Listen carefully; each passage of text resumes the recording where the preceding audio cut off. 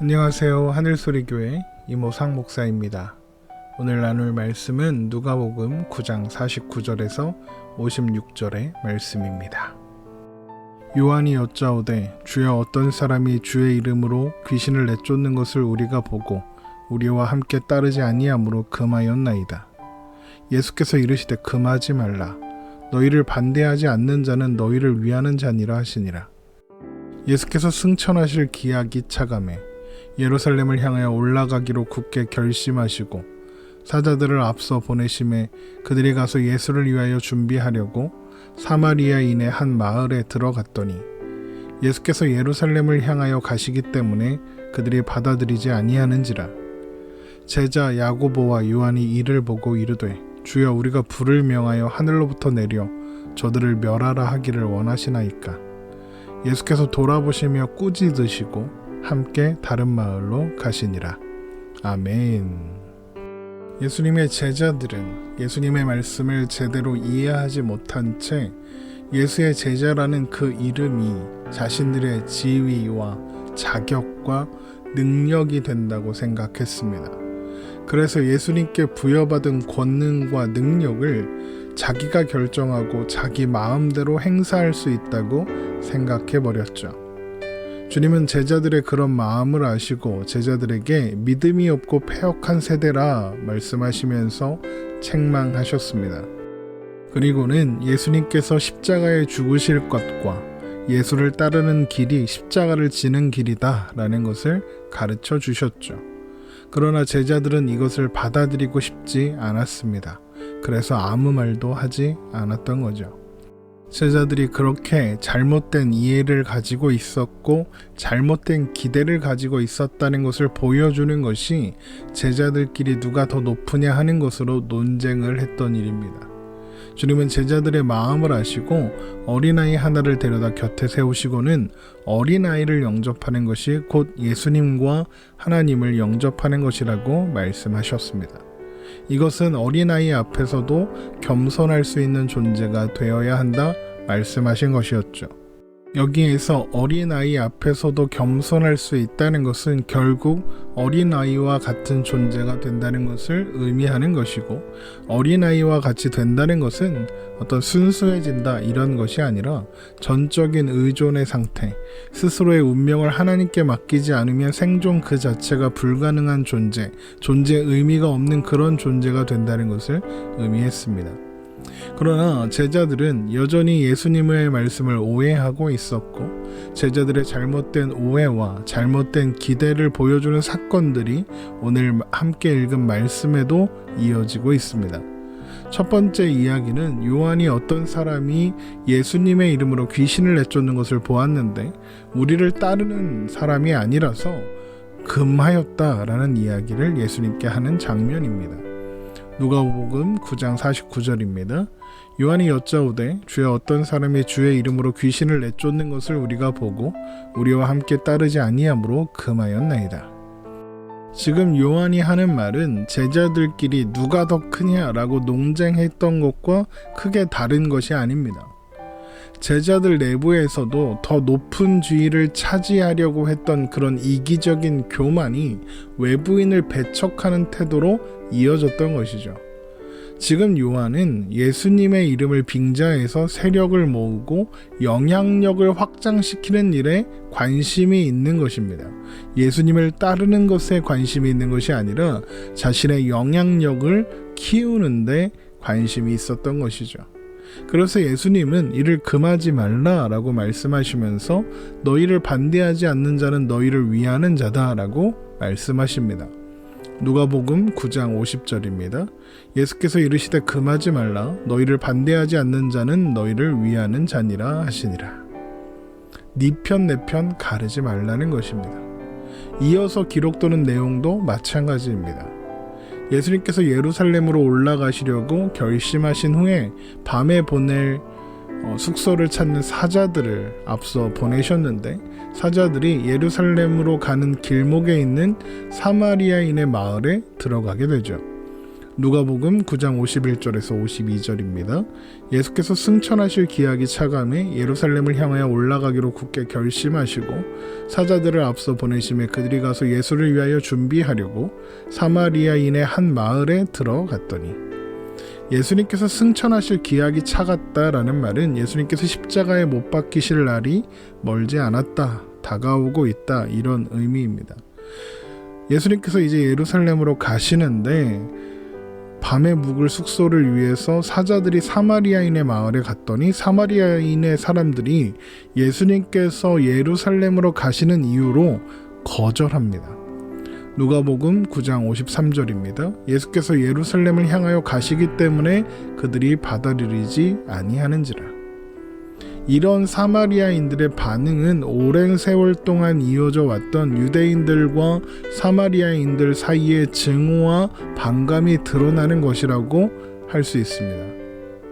자, 그런데 여기에서 중요한 것은 사마리아인들이 거절했다는 것이 아니라 이 거절한 이야기를 들은 제자들의 반응이 중요합니다.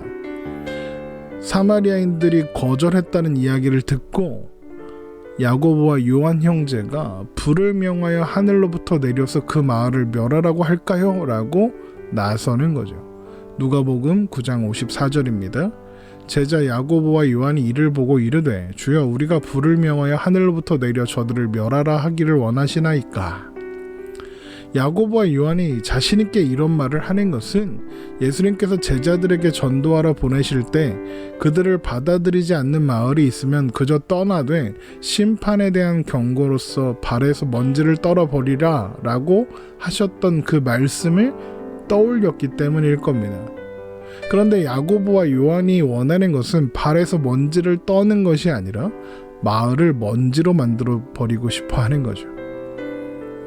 왜 야고보와 요한은 이런 태도를 가지는 걸까요? 이것은 야고보와 요한이 유대인으로서 가지는 우월감에 게다가 예수님의 제자라는 우월감을 더하고 그리고 사마리아인들에 대한 적개심과 경멸을 담고 있었기 때문입니다. 자기들의 세력을 공고히 하고 외부의 사람들을 배척하려는 태도, 그리고 예수님의 제자라는 그 위치와 존재에 대한 오해로 인해서 그것이 어떤 자격이고 어떤 지위이고 어떤 위치라고 생각하고 있는 모습이 계속 이어져 있는 거죠. 그래서 주님은 그들을 꾸짖으시고 다른 마을로 가시죠. 누가복음 9장 55절부터 56절의 말씀입니다. 예수께서 돌아보시고 꾸짖으시고 함께 다른 마을로 가시니라. 성경에서 누가복음 9장 55절을 보면 작게 숫자 1이 표시되어 있고 이것의 밑으로 따라 내려가 보면 주석이 하나 달려 있습니다. 이것을 관주라고 하는데 그 관주에 이렇게 달려 있습니다. 어떤 성경 사본에는 55절 끝 다음 말이 있음. 이르시되 너희는 너희가 무슨 정신으로 말하는지 모르는구나. 인자는 사람의 생명을 멸하러 온 것이 아니요 구원하러 왔노라 하시고. 말이 길어질 것 같아서 성경 사본에 대한 설명은 일단 생략하겠습니다. 성경 원문에는 너희가 무슨 정신으로 말하는지 모르는구나. 인자는 사람의 생명을 멸하러 온 것이 아니라 구원하러 왔다. 이 말씀이 없지만 후대에 누군가 성경을 필사하여 옮기는 과정에서 이 말씀이 더하여져서 기록해졌다. 이런 것으로 생각하시면 되겠습니다.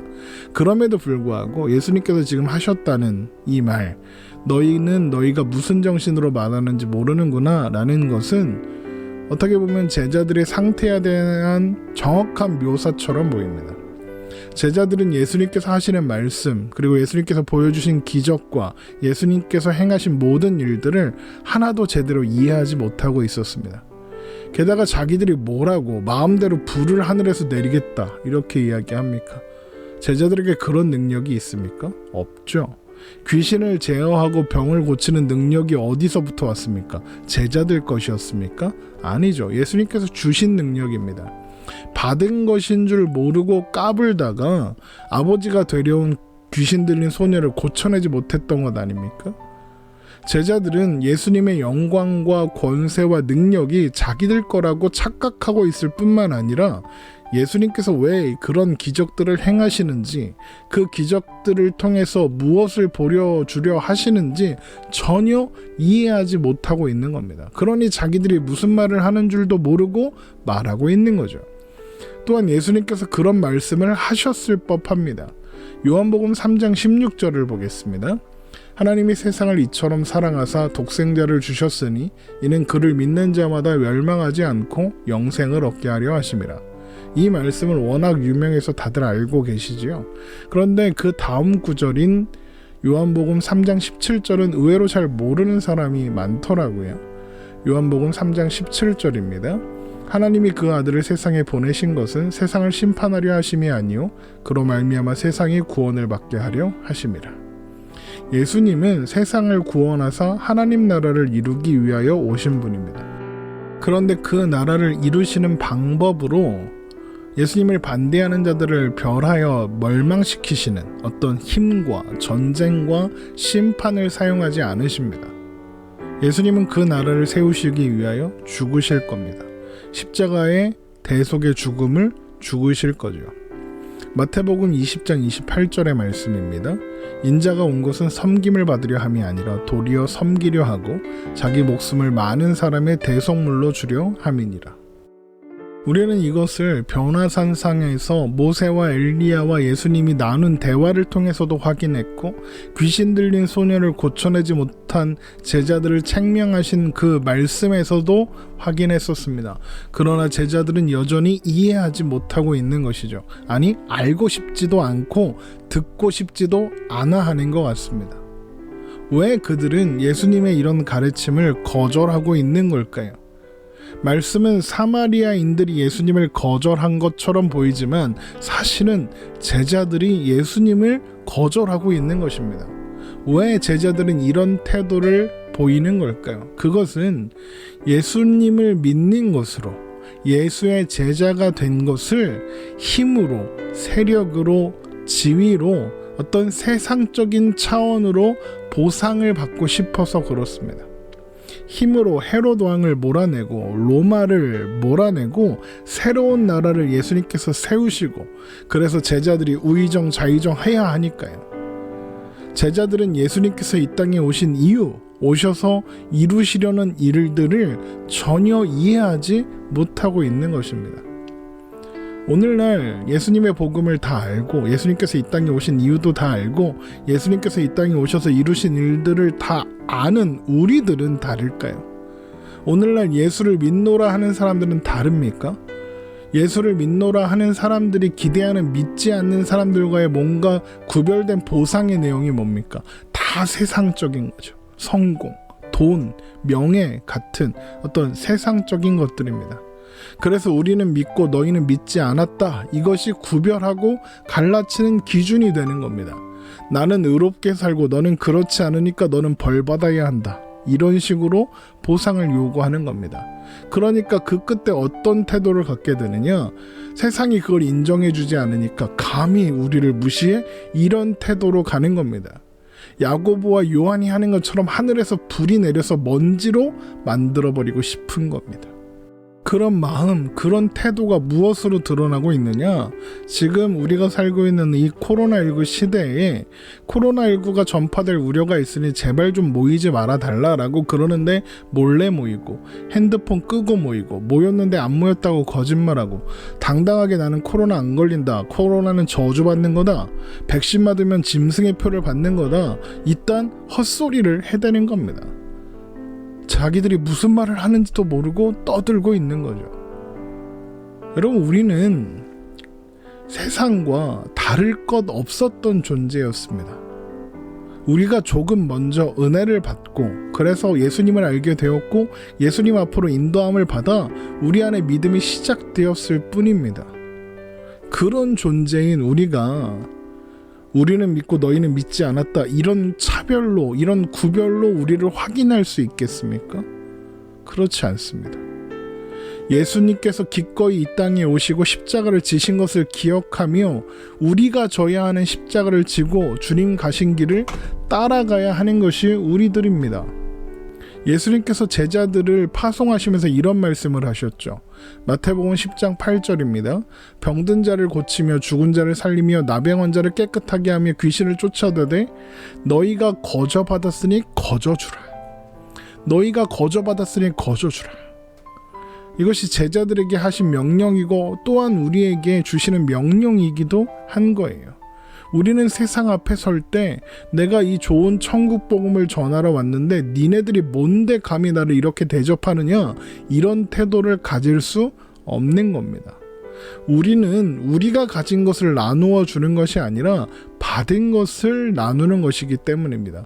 주님께 부탁을 받은 것입니다. 주님께서 우리에게 부탁하신 것은 십자가이지 영광의 면류관이 아니라는 거예요. 물론 결국에는 영광의 면류관 앞에 서게 되겠죠. 그러나 주님은 십자가를 지고 주님을 따르라는 부탁을 먼저 하셨습니다. 그런 명령을 먼저 하셨습니다. 그래서 우리가 만나는 사람들 앞에, 우리가 만나는 세상의 이웃들 앞에 그 은혜와 사랑과 긍휼을 나누고 전하라는 부탁을 받은 거죠. 하나님이 그 아들을 이 땅에 보내신 것처럼, 그래서 우리가 구원을 얻을 수 있었던 것처럼, 그래서 영생을 얻은 것처럼 하나님께서 불쌍한 모든 영혼들을 찾아가시고 그들을 용서하시며 그들을 구원하시며 복 주시는 그 일에 우리의 역할을 부탁하신 겁니다. 그 일을 우리에게 맡기신 거예요. 여러분, 오늘 말씀을 통하여 제자들이 가졌던 착각과 잘못된 태도들, 그리고 이에 대한 예수님의 가르침들을 확인하고 우리가 서야 하는 위치, 우리가 가져야 하는 태도가 무엇인지 확인하는 시간이 되었으면 좋겠습니다. 우리는 하나님 앞에 겸손히, 그리고 말씀 앞에 겸손히, 어린 아이라도 기꺼이 영접하는 그 겸손의 마음과 태도로 오늘을 사는 우리가 되기를 주님의 이름으로 축원합니다. 우리가 낮아지지 않으면 하나님께서 낮추신다 하셨습니다. 오늘 말씀 여기서 마치겠습니다. 오늘 하루도 평안한 하루 되시기를 주님의 이름으로 축원합니다.